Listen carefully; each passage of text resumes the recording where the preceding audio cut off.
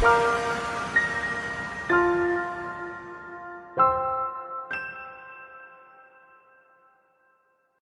Father in heaven,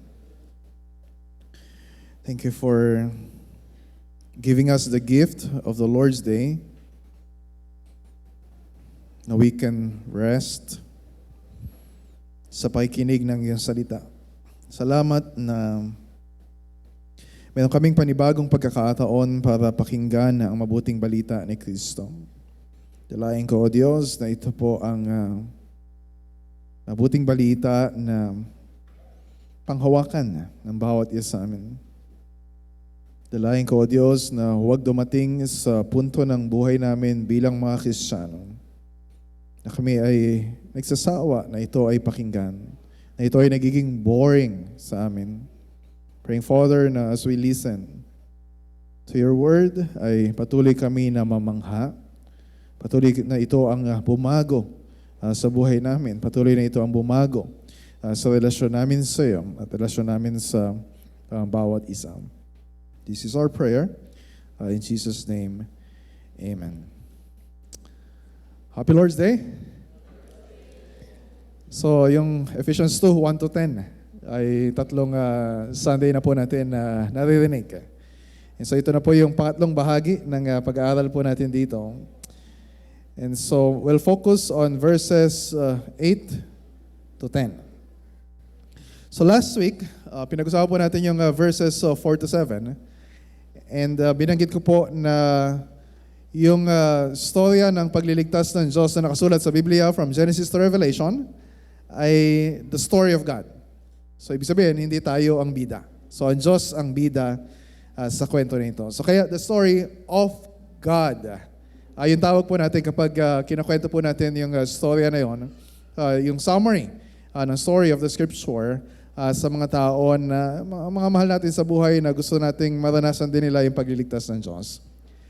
Several weeks ago, ay nag-lead po ako ng Story of God sa family ng isa po sa mga, ilan po sa mga regular na umattend na po sa church natin. And meron silang na-invite na kamag-anak na Roman Catholic yung background. And so, karamihan sa kanila, pagka in-invite natin sa church or sa Bible study, sasabihin nila na okay lang na mag-join sila. Kasi kung tutuusin ay pare-pareho naman daw yung pinaniniwalaan natin. Pare-pareho naman daw na Diyos yung sinasamba natin. So, yung question ko sa inyo ay pareho nga ba? So, narinig din nila yung story kasi binanggit ko yung story from Genesis to Revelation. So, yung summary ng story of God. Kung paano tayo nilikha ng Diyos, paano nagkasala yung tao, paano tayo iniligtas ni Kristo, paano tayo maliligtas. And nagkaroon na ng discussion. Tapos during the discussion, ay tinanong ko yung question na, okay, based sa kwento na narinig ninyo, paano ngayon maliligtas ang isang tao na makasalanan? Of course, sa mga members ng Baliwag Bible Christian Church, alam natin kung ano yung sagot. So, itong kamag-anak nila na umatay ng Story of God, ang sagot sa question na yung paano maliligtas ang isang taong makasalanan, ang sabi niya, Pastor, sa pamamagitan po ng paggawa ng mabuti. Okay, obviously, hindi pareho yung pinaniniwalaan natin. So, naniniwala kasi tayo na hindi maliligtas ang sinumang tao sa pamamagitan ng paggawa ng mabuti. That's why mahalagang pag-aralan natin yung verses 1-3 na ginawa natin 3 Sundays ago. Makita natin na imposible sa isang taong spiritually dead. Imposible sa isang tao na all throughout his life ay nagre-rebelde siya sa Diyos at sumusuway sa kanyang mga utos. Imposible sa tao na nasa ganoong kalagayan ang gumawa ng perpektong kabutihan para siya ay maligtas. To be fair, sinasabi naman ng Roman Catholic Church na ang isang taong makasalanan ay maliligtas by grace through faith in Christ. Pero hindi nila pinaniniwalaan yung Protestant motto natin na solus Christus, sola gratia, sola fide. Na yung salvation is by grace alone, through faith alone, in Christ alone. Sinasabi nila na, okay, kailangan sumampalataya ka kay Kristo para maligtas, pero kailangan yan ay may kalakip na mabuting gawa. Katulad ng pagdalo ng sa mga seremonya ng simbahan, pagdalo sa misa, pag-take ng communion, pagpapabinyag, paglilimos sa mga may hirap para maligtas. So lumalabas na yung sistema ng kanilang doctrine of salvation is not salvation by grace, kundi salvation by faith plus works. So we need to spend yung time na sa pag-aaral natin ng salita ng Diyos para sagutin yung question na totoo ba na yung salvation equals faith plus works. So napakalinaw nung text natin sa verses 8 to 10. So this is very common sa atin na i-emphasize na kung titingnan mo yung verses 8 to 10, malinaw na mali yung tinuturo ng Roman Catholic Church. Kasi ano ba nakalagay doon sa text na yun? For by grace, you have been saved through faith. And it is not from your own self, it is the gift of God, not a result of works, so that no one may boast. For we are God's workmanship, created in Christ Jesus for good works, which God prepared beforehand that we should walk in them. So sa verse 8 pa lang, sinabi ni Paul, for by grace you have been saved. Eh hindi ito yung first time na sinabi ito ni Paul doon sa verses 1 to 10. Kasi last week, nakita natin verse 5 pa lang, ay siningit na yan ni Pablo, hindi na siya makapaghintay na dumating sa verse 8, verse 8, para sabihin niya sa verse 5, by grace you have been saved. Pareho yung phrase na ginamit niya. And so, kung titingnan natin yung verse 8 na pag-aaralan natin, tapos we will atras tayo sa verse 7, na siyang dulo ng pinag-aaralan natin, iba nakasulat doon, na yung layunin ng Diyos, that He might show in the coming ages the immeasurable riches of His grace. Yung di masukat na biyaya ng Diyos. And then sabi ni Paul sa verse 8, for, ito yung dahilan. Ito yung dahilan kung bakit nasabi natin na hindi masukat yung biyaya ng Diyos. Ito yung dahilan bakit masabi natin with confidence na hindi lang sa future makikita natin o ma-experience natin yung immeasurable riches of His grace.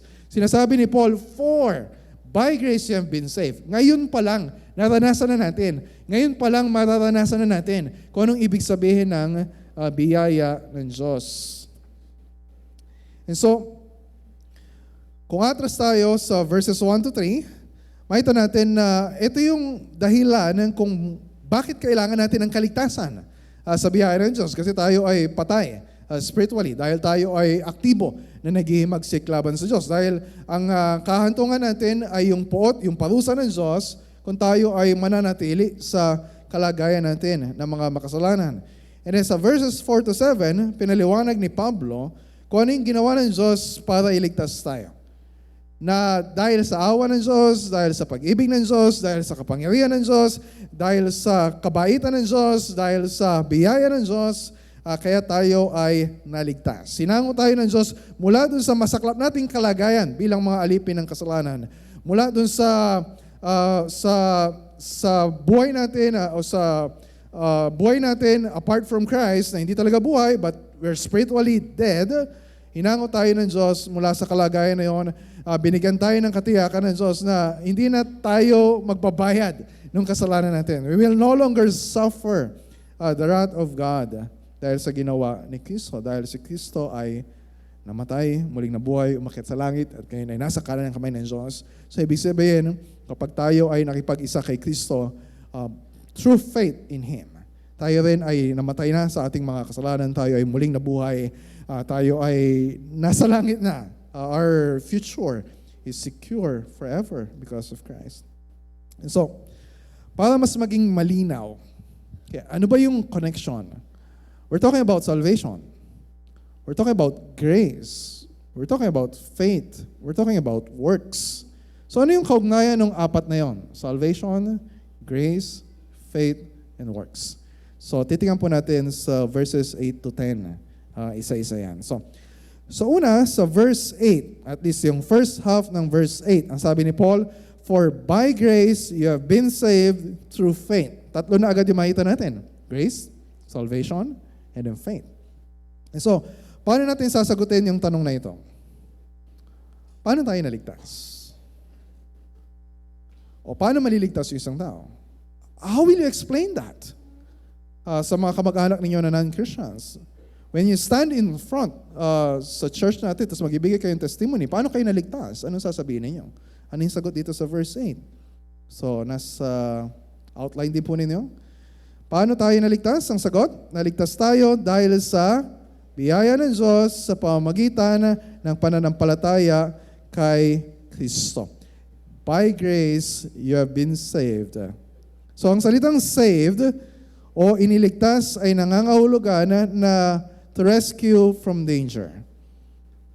Of course, hindi physical danger yung pinag-uusapan dito, kundi yung spiritual misery na kinalalagyan natin dahil sa kasalanan. So, ang ginawa ng Diyos, hinango tayo, inalis tayo doon sa miserableng kalagayan natin nung tayo ay nasa spiritual na nasa spiritual death at mula sa kapahamakan na naghihintay sa atin sa pagpaparusa ng Diyos. So, ibig sabihin, if you're a Christian, ligtas na tayo. We're safe from danger. So kapag pinag-uusapan yung salvation, dapat makita natin ano ba yung tinutukoy dito ni Paul. When we talk about salvation, minsan ay tumutukoy ito sa pangkalahatang gawa ng Diyos sa pagliligtas sa atin. You remember Ephesians 1? From eternity past, pinili na tayo ng Diyos na maligtas. And then from historical past, yung atonement, yung redemption, o yung pagtubos na ginawa ni Kristo sa krus. And from our personal past, yung regeneration, binuhay tayong muli, conversion, justification, reconciliation, adoption, and yung salvation present. We are being saved. Ito yung sanctification, ito yung pinipreserve tayo ng Diyos para makasigurado na hindi tayo mapapahamak sa bandang dulo. Of course, yung salvation future. We will be saved. Ito yung resurrection from the dead. Ito yung glorification. Ito yung tinatawag na beatific vision or yung makikita natin ng Diyos na mukhaan in the future. So,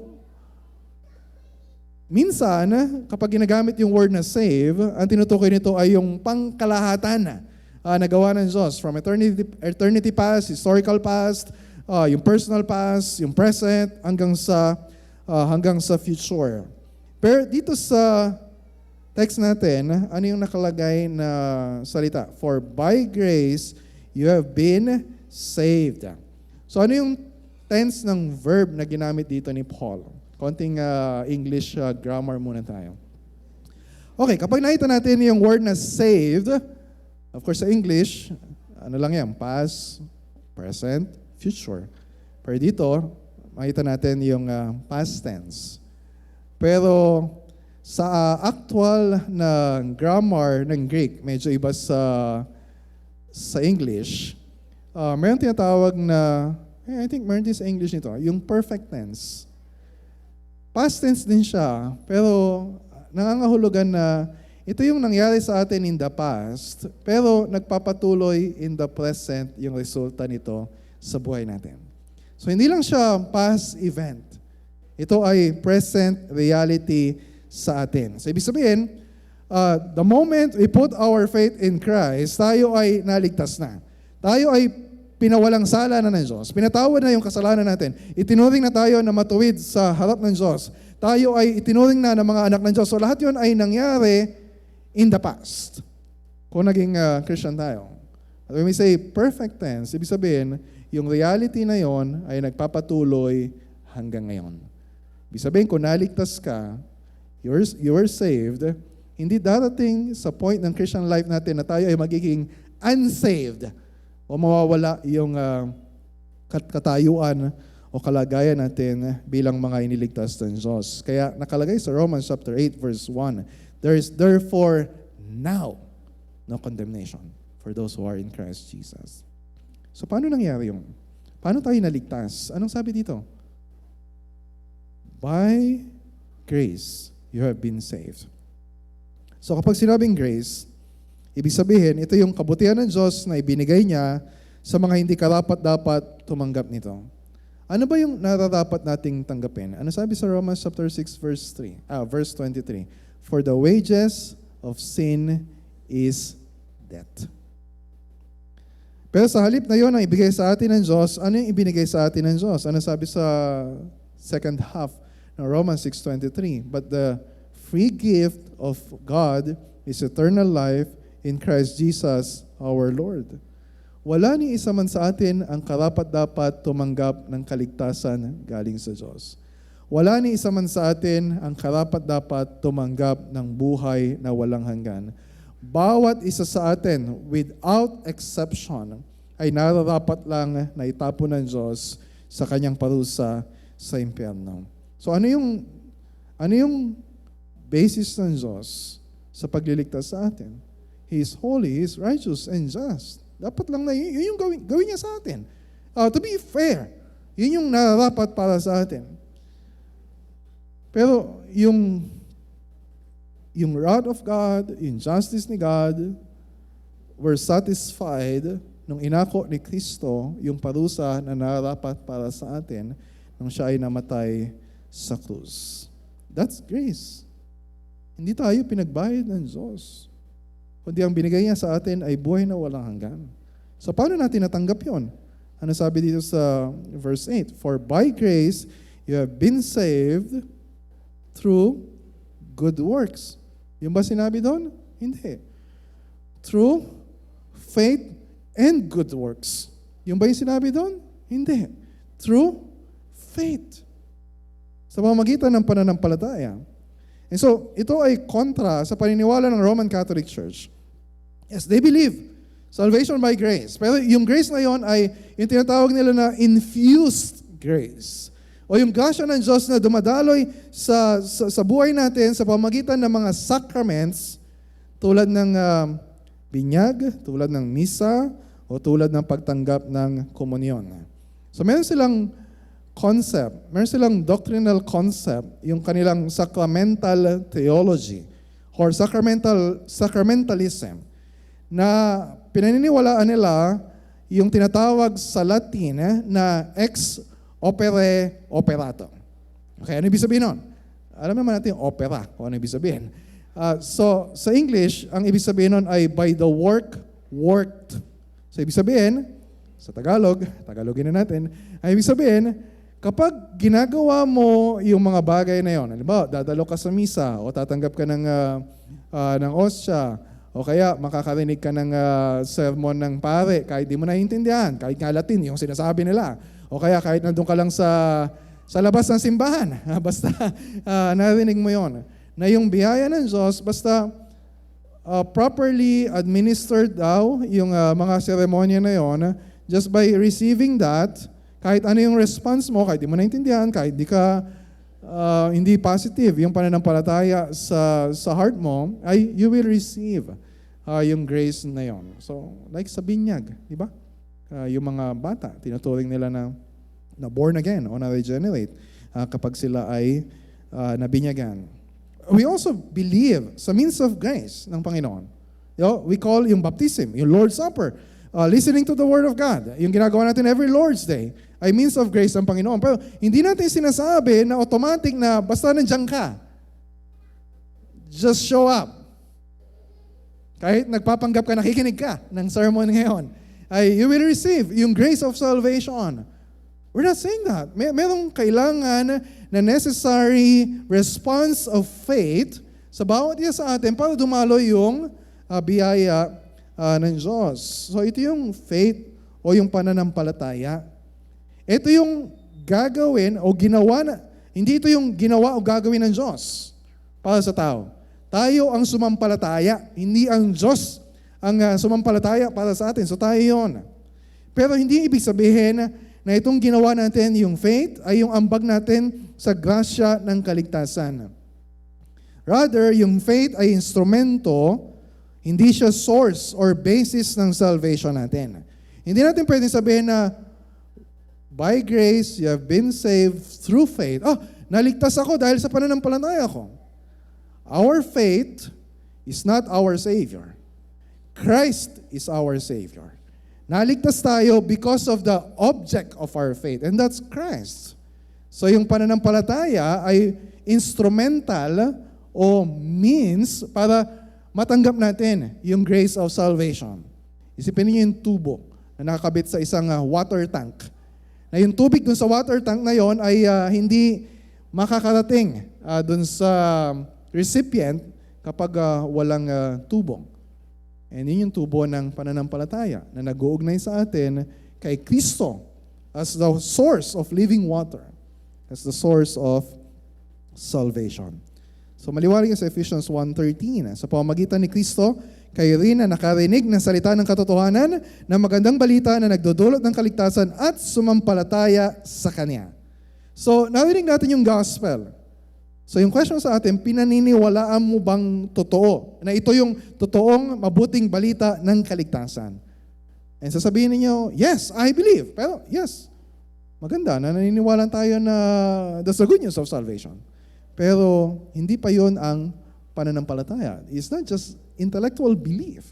Hindi lang ito yung pag in-interview ka, tinanong ka, paano naligtas sa makasalanan, tapos alam mo yung sagot, o kaya kapag ka may quiz or may essay, alam mo yung sagot. That's just intellectual belief. Pero yung tinutukoy na pananampalataya dito, do you, with your heart, really trust Christ? Nagtitiwala ka ba kay Kristo? Yung ibig sabihin ng pagsampalataya. Do you rely on Christ as sufficient for your salvation? So kanina binasa natin yung New City Catechism. I will read yung sagot sa question 30. Ang question doon, ano ang pananampalataya kay Jesucristo? And listen carefully.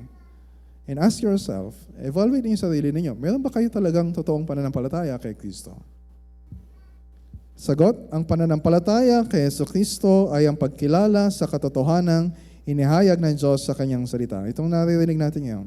Pagtanggap at pagtitiwala lamang sa Kanya para sa kaligtasan na Kanyang iniaalok sa atin sa Ebanghelyo. So ang question ko sa inyo, meron ka bang ganitong nakapagliligtas na pananampalataya or saving faith? Dahil kung wala, you're not saved. Kahit sa tingin ng ibang tao ay akala nila ligtas ka na, akala nila you're a Christian. But if you don't have this true faith, you're not saved. So ngayon, tingnan natin yung, nakakalahati pa lang po tayo ng verse 8. Okay, so tingnan natin yung second half ng verse 8 and then hanggang verse 9. And then tingnan natin, okay, ano naman connection itong salvation, works, tsaka grace? Salvation, works, and grace. So yung question dito, na dapat natin sagutin, nakalagay din sa outline ninyo. Kung gayon, masabi na ba nating naligtas tayo sa pamamagitan ng sariling gawa natin? Anong sagot? Hindi. Hindi tayo naligtas sa pamamagitan ng sariling gawa natin. Ito ay regalo ng Diyos sa atin na tinanggap natin sa pamamagitan ng pananampalataya. Dahil dito, wala tayong may pagmamalaki sa sarili natin. So medyo mahaba yung sagot at isa-isayin natin. But this is based verse 8 and verse 9. Ulitin natin yung simula ng verse 8. For by grace you have been saved through faith. And then clarify ni Paul. And this is not your own doing. It is the gift of God, not a result of works, so that no one may boast. Okay. Sabi niya dito, this is not your own doing, not a result of works. O sa sali ng MBB, hindi ito mula sa inyong sarili, hindi ito bunga ng inyong mga gawa. O sa ang Biblia, ito hindi sa pamamagitan ng inyong sarili, hindi sa pamamagitan ng mga gawa. So, maliwanag na ang kaligtasan natin ay hindi bunga o resulta ng mabuting gawa natin o anumang katangian na meron tayo. We're not saved dahil mas nakagawa tayo ng mabuti kaysa sa iba. We're not saved dahil mas mabuti tayo kaysa sa iba. Maintindihan natin ito. Kung babalikan natin yung verses 1 to 3, wala namang mabuti sa atin kahit isa. Wala namang nakakagawa ng mabuti. Wala namang nagagawang mabuti na kahit isa. Yung isang tao na spiritually dead. So hindi lang sinasabi dito na konti lang yung nagagawa nating mabuti. Ang sinasabi dito, wala tayong nagagawa o magagawa kahit na isa na mabuti na magiging katanggap-tanggap sa Diyos. E malinaw yan sa Romans chapter 8, verse 8. Those who are in the flesh cannot please God. In the flesh, ibig sabihin, spiritually dead. Wala tayong kakayahan na gumawa ng anuman na magiging katanggap-tanggap sa Diyos. Ano yung mga gawa natin? Di ba sabi sa verses 1 to 3? Pag-rebelde sa Diyos, pagsuway sa Diyos, pagsunod sa takbo ng mundong ito, pagsunod sa pagnanasa ng sarili nating puso. And that cannot be acceptable to God. Teka lang. Di ba parang nakagawa naman tayo mabuti kahit na nung hindi ka Kristiyano. Di ba nagbibigay ka naman sa kamag-anak mo kapag may nangungutang sa iyo, nagpapautang ka naman. O kaya nagsisimba ka naman, hindi mo naman nilalabag yung mga batas ng Pilipinas, hindi ka naman gumagawa ng krimen. So, can we consider that as good works na acceptable sa Panginoon? Sinasabi sa Isaiah chapter 64 verse 6, lahat tayo'y naging marumi sa harapan ng Diyos ang mabubuting gawa natin. Okay, sabi mo, mabubuting gawa yung ginagawa mo na yon. Ang mabubuting gawa natin, maruruming basahan ang katulad. How can that be acceptable to God? So ano mang ginagawa natin na mabuti externally, nakita ng mga tao na, uy, ang bait niya naman eh. Oh, matulungin naman siya. Pero anything na ginagawa natin na hindi natin ginagawa para sa karangalan ng Diyos, hindi natin ginagawa out of love for God, hindi natin ginagawa na may pananampalataya sa Diyos, lahat yon ay kasalanan. Sabi sa Romans 14:23, so whatever does not proceed from faith is sin. Kahit na mabuting gawa yon externally. So, wala tayong pag-asa sa sarili natin na magtamo ng kaligtasan. Wala tayong may alay na anumang mabuti sa Diyos para tanggapin ng Diyos. That's just, ito yung tinuturo ng salita ng Diyos. So ano yung pag-asa natin? Ang tanging pag-asa lang natin ay kung ipagkakaloob ng Diyos ang kaligtasan nito bilang regalo. At yun yung ginawa ng Diyos. This is not your own doing. It is the gift of God. Regalo ng Diyos, kaloob ng Diyos. And of course, pinagtatalunan dito, ano ba yung tinutukoy dito na regalo ng Diyos, kaloob ng Diyos? Yung ba yung kaligtasan natin? Yung ba yung grace? Yung ba yung faith? Of course, we can connect yung gift sa grace. Kasi konektado naman talaga. Pag sinabi natin grace, ibig sabihin, gift. So ang biyaya ng Diyos by nature ay may tuturing na regalo. Kapag sinabing regalo, walang bayad. Kaya ina-emphasize ni Paul, so, Romans chapter 5. Hindi lang yung sinasabing gift. Lalagay niya ng free gift. Obvious naman kapag sinabing gift, libre. Pero when it comes to salvation, ito pa rin yung mentality natin mga Pilipino na utang na loob. Ibinigay na nga ng Diyos na regalo. Ibig sabihin, wala kang kailangan bayaran. Wala kang utang na dapat bayaran.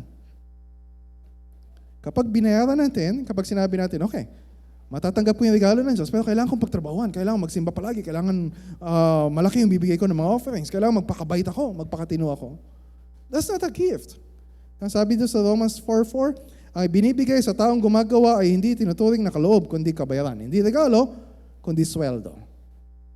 So that's anti-grace. So mamimili tayo.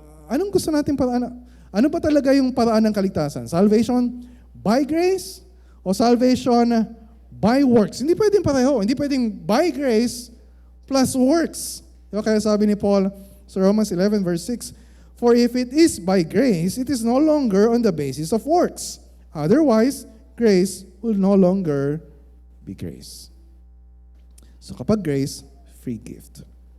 So sa biyaya ng Diyos, ibinigay niya na libreng regalo yung kaligtasan. So more likely, yung tinutukoy niya na regalo dito ay yung salvation na tinanggap natin mula sa Diyos. Yung pagkapatawad sa kasalanan, regalo ng Diyos. Yung deklarasyon na tayo ay matuwid sa paningin ng Diyos, yung justification, regalo ng Diyos. Yung tayo ay inampun ng Diyos na kanyang magiging anak, regalo ng Diyos. Yung ipinagkasundo tayo sa Diyos, regalo ng Diyos. Diba kaya sa chapter 1?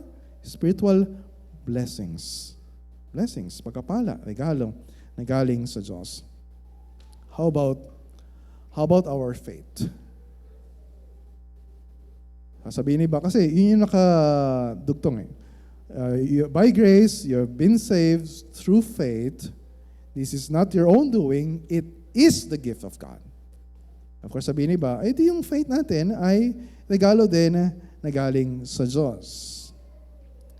Well, I believe na yung gift na tinutukoy sa Ephesians 2 verse 8 and 9 ay hindi yung faith, at least dun sa passage na yun, but the whole of our salvation.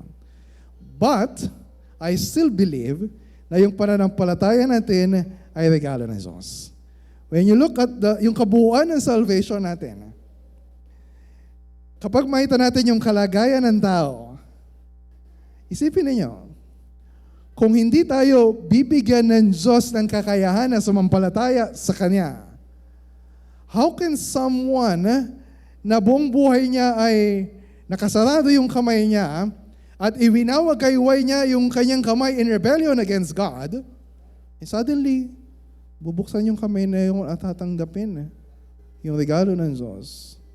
How can someone na yung heart ay spiritually dead ay bubuksan yung kanyang puso at tatanggapin si Kristo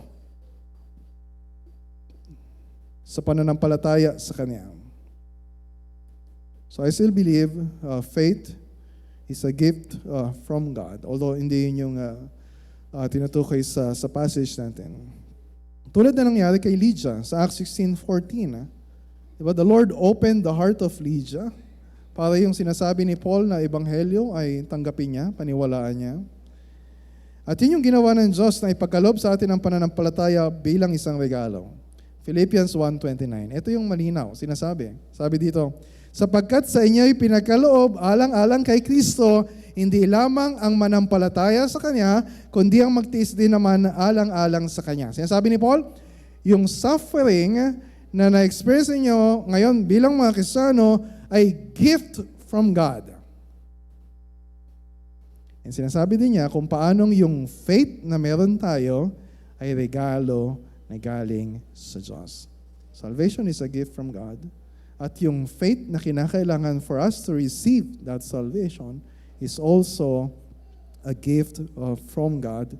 When you look at Philippians chapter 2 verse 13, sabi doon sa verse 12, work out your own salvation with fear and trembling. Siyempre, may tayong kailangan gawin in response sa salvation na tinanggap natin. Pero sabi ni Paul sa verse 13, sapagkat ang Diyos ang gumagawa sa inyo maging sa pagnanais at sa paggawa para sa Kanyang mabuting kalooban. Yung faith ay gawa natin in response. Yun yung response natin sa mabuting balita na narinig natin. Pero sa ilalim, sa likod ng pananampalataya na yon ay yung makapangyarihang pagkilos ng Diyos para ipagkaloob sa atin yung kakayahan na sumampalataya kay Kristo na hindi natin gagawin ever kung tayo ay mananatili na spiritually dead. So, kung ganon, ano pang may pagmamalaki mo sa Diyos? Wala. Wala. Wala kahit isa. So, dinisenyo ng Diyos na ganito yung paraan ng kaligtasan natin for this purpose. Ano yung sabi sa rest of verse 9? Not a result of works, so that no one may boast. Bakit? Kung meron kang nagawa sa sarili mo para ikaw ay ligtas ng Diyos, then you have something to boast about. Yung sabi ni Paul, when referring to the case of Abraham sa Romans chapter 4 verse 2. Kung meron ginawa si Abraham para maging katanggap-tanggap siya sa Diyos, then meron siyang ipagmamalaki. O kaya, kahit sabihin natin na ang kaligtasan natin ay gawa ng Diyos, pero isipin natin, yung pananampalataya ko, yung pag-exercise ko ng free will, yung decision na ginawa ko, yun yung naiambag ko dun sa kaligtasan. Then, we still have something to boast about. Pero, kung tayo ay isang pulubi na gutom, tapos pinakain ka, tapos busog ka ngayon, meron ka ba ipagmamalaki na busog ako ngayon kasi matakaw akong kumain? Kung ikaw ay isang patay, tapos nagkaroon ka ng buhay, meron ka ba may pagmamalaki na magaling kasi akong bumangon eh. Magaling kasi akong huminga. So kung ikaw ay bulag, pero nagkaroon ka ng 20/20 vision, can you boast about? Magaling kasi akong dumilat eh, kaysa sa iba. We have nothing, absolutely nothing to boast about. So kung lahat ng ito ay regalo ng Diyos dahil sa makapangyarihang gawa at biyaya ng Diyos sa pagliligtas sa atin, wala nang natitira pa na ipagmamalaki natin. Kahit yung nag-share sa atin ng gospel, so we thank the Lord for them.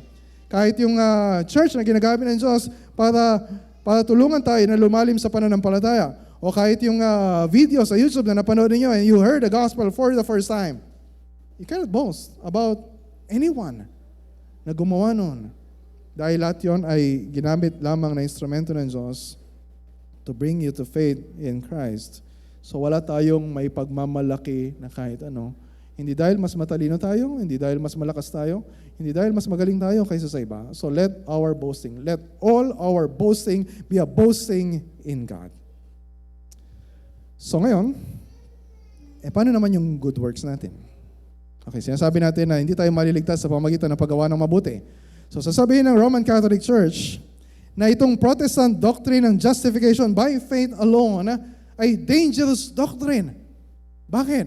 Hindi na natin pwedeng ituro sa mga tao na maliligtas sila by faith alone, na hindi sila kailangan gumawa ng mabuti para maligtas sila. And that's dangerous kasi mauuwi yan sa pag-iisip na sasabihin ng iba na, hindi naman pala kailangan gumawa ng mabuti. So, save tayo. Okay lang, kahit di tayo gumawa ng mabuti. Kahit masama na yung gawin natin pagkatapos. At mapatuloy tayo sa kasalanan. So, kung inaakusahan tayo ng ganyan, ng Roman Catholic Church, because of our doctrine of salvation by grace alone, through faith alone, in Christ alone, praise the Lord. Bakit? We're in good company. Si Pablo, ganon din yung sinasabi nila kay Pablo. You cannot teach salvation by grace alone. Kasi look at halimbawa Romans chapter 6 verse 1. Ina-anticipate niya na ito yung magiging reaction ng mga tao doon sa tinuturo niya. Ano nga ang ating sasabihin? Magpapatuloy ba tayo sa pagkakasala upang ang biyaya ay sumagana? Sabi niya, wag na wang mangyari.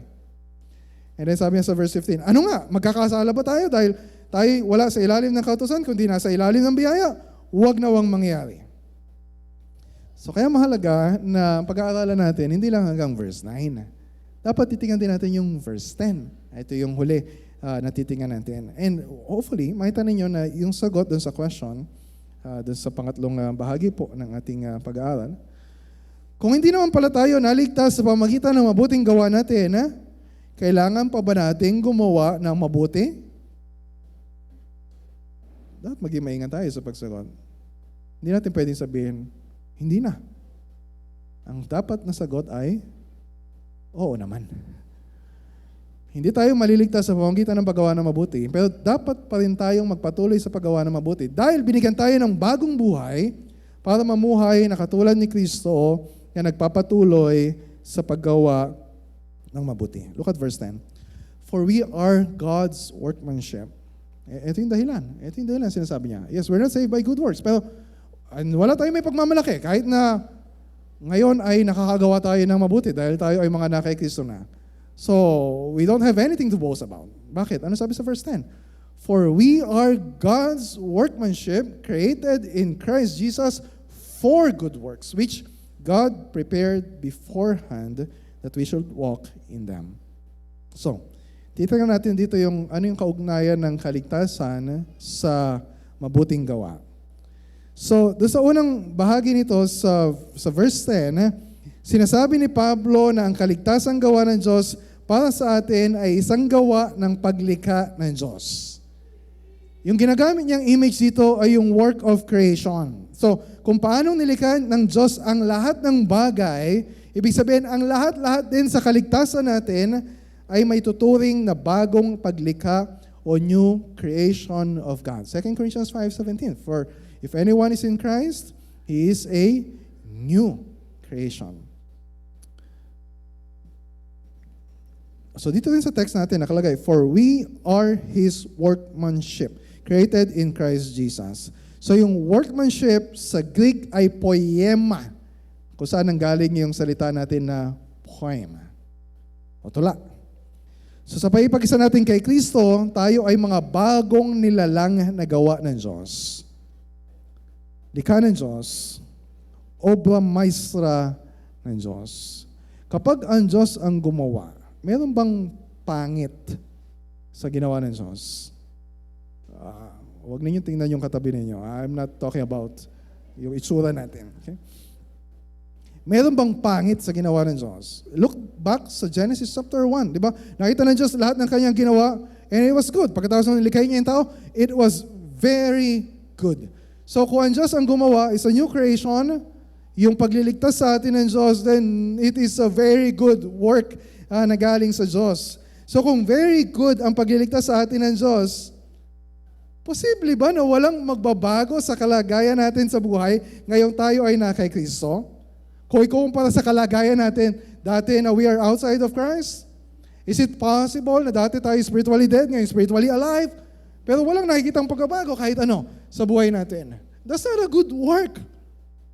Kapag walang nakikitang pagbabago sa atin. Tama ba? Ang isang taong binigyan ng bagong buhay ng Diyos ay magpapatuloy sa paggawa ng kasalanan? And syempre, hindi. And of course, we know, we're all struggling with sin. Hindi tinuturo dito yung perfection or yung sinless perfection. Pero hindi pwede na yung bagong buhay na meron tayo, sinasabi natin, meron na tayong buhay galing sa Diyos, pero wala naman nangyayaring pagbabago sa buhay natin. How can that be?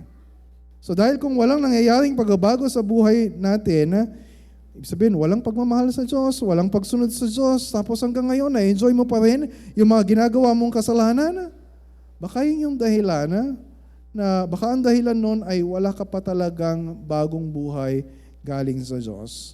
Baka ang dahilan nun ay hindi ka pa talaga born again. Baka ang dahilan nun ay hindi mo pa talaga nararanasan yung God's gift of salvation.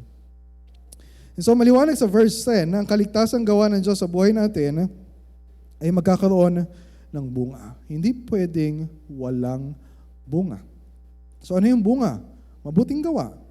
So ulitin natin ulit ha. Ang kaligtasan natin ay hindi dahil sa mabuting gawa natin. So yung kaligtasan natin ay nagbubunga ng mabuting gawa. So ang mabuting gawa ay bunga ng kaligtasan natin. We are not saved by good works. We are saved for good works. We are His workmanship, created in Christ Jesus for good works. Iniligtas tayo ng Diyos dahil sa biyaya niya, hindi para abusuhin ang biyayang iyon at magkaroon tayo ng lisensya. Okay, pwede naman palang gawin natin. Lahat ng kahit anong gusto natin, ligtasan naman tayo. Kapag namatay tayo, pupunta tayo sa langit. That's not the heart of someone na naranasan talaga yung pagliligtas ng Diyos. Iniligtas tayo ng Diyos para maging malaya tayo. Para magkaroon tayo ng kakayahan, para ma-empower tayo sa paggawa ng mabuti. Ito rin yung reminder ni Paul kay Titus na ituro niya. Okay, ituro mo sa mga tao, hindi sila maliligtas sa pamagitan ng mabuting gawa. And ano nga yung function ng mabuting gawa? Titus chapter 2 verse 8. So that those who have believed in God may be careful to devote themselves to good works. Yung salvation by grace alone, through faith alone, in Christ alone, ay hindi dapat at hindi nagbubunga ng carelessness sa pamumuhay natin mga Kristiyano. But ang resulta nito ay for us to be careful to devote ourselves to good works. Kapag walang bunga, ibig sabihin, peke o hindi totoo ang sinasabi mong profession of faith. And ito yung reason na hindi tayo basta-basta nagbabaptized or tumatanggap ng member ng church. Kahit sabihin ninyo, Pastor, gusto ko na magpabaptize. Kahit sabihin ng mga anak natin sa atin, Mami, Daddy, gusto ko na magpabaptize. Hindi natin minamadali yung pagbabautismo sa kanila at pagtanggap bilang membro. Kasi mahalaga sa atin to discern first Unang-una, hindi lang basta pinaniniwalaan ba nila yung the gospel of the grace of God in salvation, kundi meron bang nakikitang ebidensya sa buhay natin, sa buhay ninyo, na kayo ay totoo na sumasampalataya kay Kristo. Napakadali sa panahon ngayon na sabihin na you believe in Christ. But that doesn't, walang ibig sabihin. It's just empty profession of faith.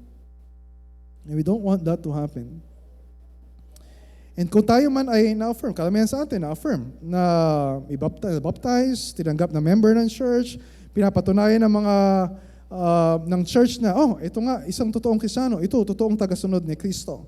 At nakikita natin sa sarili natin na nagpapatuloy sa pagtitipon natin sa pagsamba, papatuloy sa pakikinig, pag-aaral ng salita ng Diyos, nagpapatuloy sa paglilingkod, actively involved sa church. Is that something na we can boast about? Kasi yun yung ginagawa natin. So pwede ba tayong magmalaki sa ginagawa natin? Siyempre hindi. Bakit? Ano ba yung good works na tinutukoy dito ni Paul? For good works which God prepared beforehand that we should walk in them. Tingnan niyo yung sinasabi dito ni Paul. Yung emphasis hindi dun sa mabuting gawa natin. Ang emphasis dito, paano tayo nakakagawa ng mabuti ngayon? Paano tayo nakakasunod sa Diyos? Paano tayo nagiging generous in giving? Paano tayo nakakapagpatawad sa mga tao na nagkasala sa atin? Paano natin napapakisamahan yung mga kapatid natin na naturally hindi natin gusto? O may nagawa sila na hindi natin gusto. At kapag nangyayari yun, makita natin na that's not natural for us. That's supernatural. Kasi sabi dito, inihanda ng Diyos. Inihanda ng Diyos not from the moment na you decide to follow Christ. Ang sabi dito, which God prepared beforehand. Dati pa. From eternity past. Naalala niyo Ephesians chapter 1, verse 4? From eternity past, before the foundation of the world, pinili na tayo ng Diyos para maligtas, that we should be holy and blameless before Him. From eternity past. Itinakda na ng Diyos na itong mabubuting gawa na gagawin natin ngayon, ay gagawin natin at magagawa natin because of God's grace sa atin. So kung dati na wala tayo kay Kristo, ang nilalakaran nating daan ay ang daan ng kasalanan. Tingnan niyo yung simula ng verse 1 and 2, tapos dulo ng verse 10, napakalaki ng pagbabago na nangyari. Kasi dati we're walking in the trespasses and sins in which you once walked. Tapos pagdating sa verse 10, yung good works na inihanda ng Diyos that we should walk in them. Dati ang nilalakaran natin ay yung daan ng kasalanan, pagsuway sa Diyos. Pero ngayon yung daan na nilalakaran natin, bagamat may mga times na sumusuway pa rin tayo sa Diyos, pero yung daan na nilalakaran natin ngayon ay yung daan ng mabuting gawa na inihanda ng Diyos para sa atin. And this is part of God's new covenant promise. Pakinggan niyo yung promise niya sa Ezekiel 26:26-27. At makita ninyo, yung pala yung dahilan bakit ako nakakagawa ng mabuti.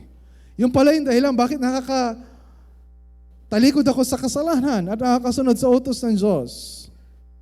Bibigyan ko kayo ng bagong puso, pangako ng Diyos, at bagong espiritu. Ang masuwayin ninyong puso ay gagawin kong pusong masunurin. Sinong gumawa? Sino nagbigay? Ang Diyos. Bibigyan ko kayo ng aking espiritu upang makalakad kayo ayon sa aking mga tuntunin at masunod ninyong mabuti ang aking mga utos. So, kapag na-overcome natin yung mga kasalanan natin, nakasunod tayo sa mga utos ng Diyos, not perfectly, but we are growing in Christ-likeness, yun ay dahil sa gawa ng Diyos sa puso natin. Yun ay dahil sa Espiritu na nasa atin. There's simply nothing we can boast about sa salvation natin. Mula sa pagpili sa atin ng Diyos, hanggang sa pagliligtas na ginawa sa atin ni Kristo, hanggang doon sa regeneration, sa conversion natin, sa justification, sa sanctification, pinababanal tayo ng Diyos, and one day, yung glorification, all by God's grace. and for His glory, wala tayong may pagmamalaki. So, nakita niyo yung verses 8 to 10 na napakagandang summary ng good news of salvation, na hindi tayo naligtas sa pamamagitan ng sarili natin, sa pamamagitan ng mabuti nating gawa. Tayo ay naligtas dahil lang sa biyaya ng Diyos sa pamamagitan ng pananampalataya kay Kristo. At sino mang sumasampalataya kay Kristo at nakaranas ng kaligtasan na yon ay magpapatuloy sa paggawa ng mabuti. And this is the summary of the Christian life.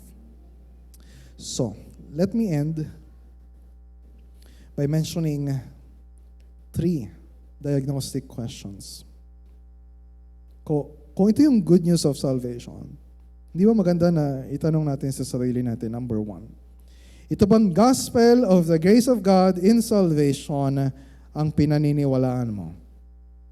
Mahalaga na itanong ito sa bawat isa sa atin. Kasi posible na ilan sa inyo, pumupunta kayo sa church kasi naniniwala kayo na, kailangan mag-ipon tayo ng mga puntos para mas maging matimbang yung pagsunod natin sa Diyos. At yung kasalanan natin ay mas kaunti. O kaya para mapagtakpan yung kasalanan natin. O matabunan yung kasalanan natin. Para tayo ay maligtas. So, kung yung pinaniniwalaan mo, you're still believing salvation by works. Katulad ng lahat ng relihiyon sa buong mundo, ganito yung pinaniniwalaan. Except biblical Christianity. And if you are not yet baptized, and sa mga bata na narito, I'm not concerned. We're not concerned, mga elders, kapag interview namin kayo na maging tama lang yung sagot ninyo. Ano yung gospel? Paano maliligtas ang isang tao makasalanan? You may know the right answers, pero we're more concerned. Do you really believe that with all your heart? Do you really put your faith in Christ? Nagtitiwala ka ba na sa sarili mo, wala kang magagawa na kahit ano? Nagtitiwala ka ba kay Kristo na yung ginawa niya sa krus ay sapat na mabuting gawa para sa iyo? No, you cannot be saved by your works. You can only be saved by the work of Christ sa krus. And kahit na-baptize ka na at member na ng church, ito pa rin yung tanong ko sa iyo. Kasi baka nga magaling ka lang sumagot sa interview, nakalusot ka sa mga elders o sa mga members in church. Pero hanggang ngayon, you still believe na yung standing mo before God ay nakasalalay sa amount of effort na gagawin mo sa Christian life. There's still salvation by works, justification by works. So don't assume na you're saved. Ask yourself, do you really believe the good news of salvation with all your heart? Dahil kung hindi, God is calling you na tumawag sa Panginoon. Sumampalataya kay Kristo.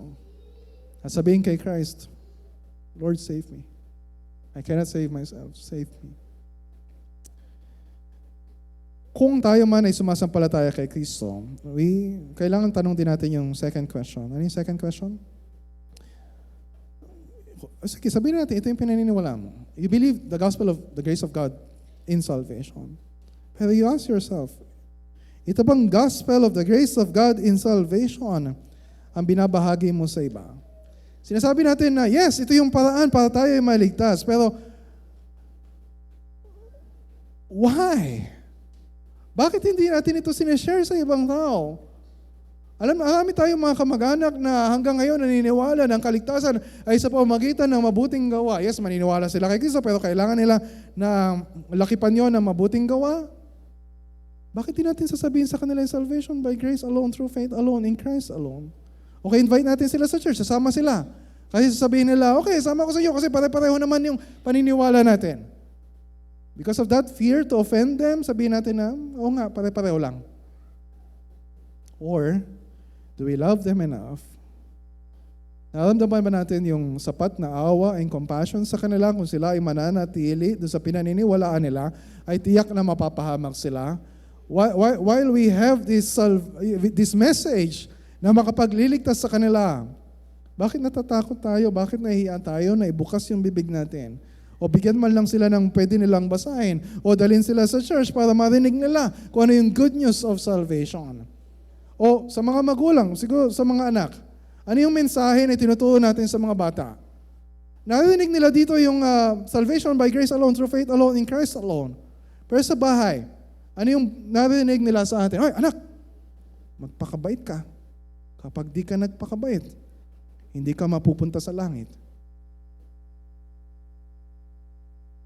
Ay, hindi tayo magtataka na maraming mga bata na lumaki sa simbahan, mababait, hindi mga pasaway, but they're still going to hell.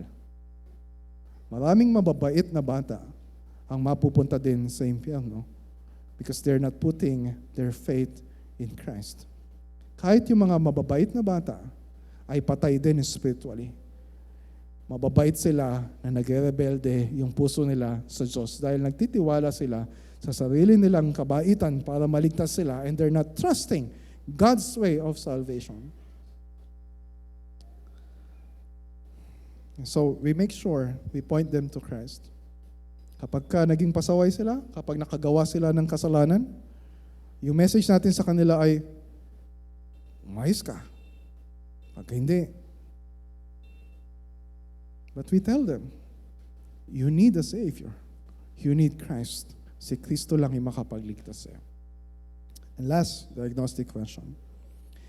Ito bang gospel of the grace of God in salvation ang nakikitang bumabago sa buhay mo?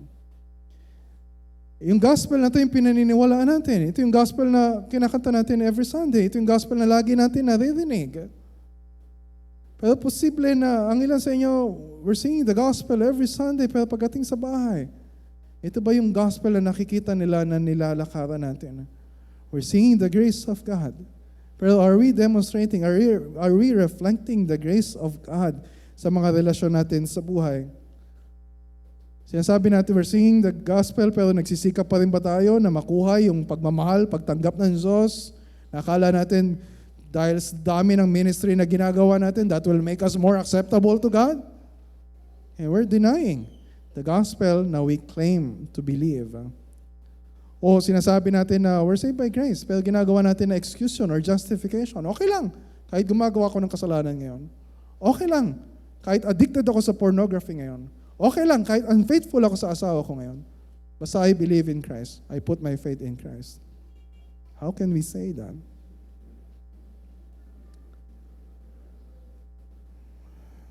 Sinasabi natin tinanggap natin ang biyaya ng Diyos at ibinigay niya sa atin kung ano yung hindi natin deserving na tanggapin.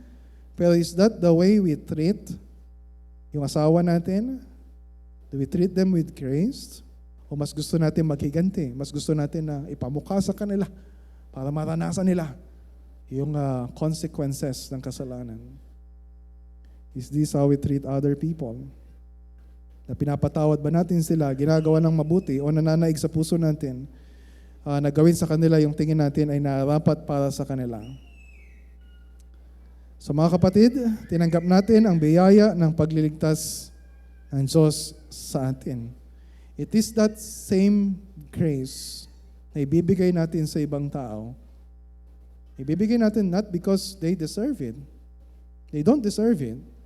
We don't deserve the grace of God. Ibibigay natin sa kanila ito because God deserves our wholehearted obedience. Let's pray. Our Father,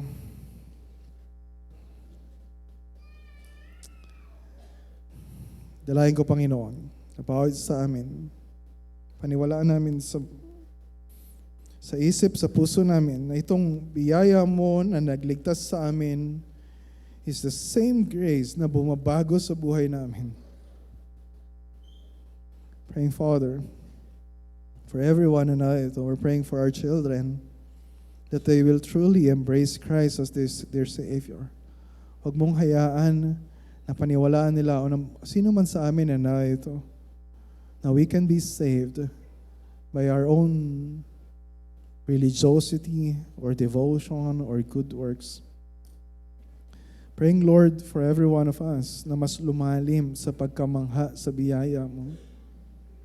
And may we be so gripped by the gospel of the grace of God na ito yung bumabago sa buhay natin. Ito ibabahagi namin sa iba. And we're praying, Lord, for many, many churches sa Pilipinas.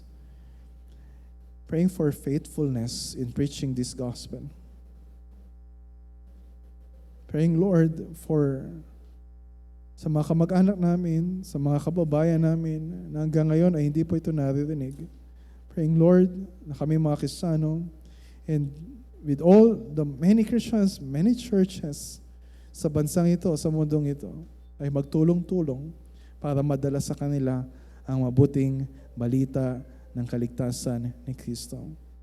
And Father, as we go to the Lord's Supper ngayon, dalangin ko na hindi lang namin marinig ng malinaw ang mabuting balita ng kaligtasan, kundi matikman namin. At ito yung malasahan namin. Ito yung matikman namin kung gaano kasarap, kung gaano katamis. At ito yung magbigay ng kabusugan sa amin ngayon. Especially those of us who are struggling sa isang particular na kasalanan.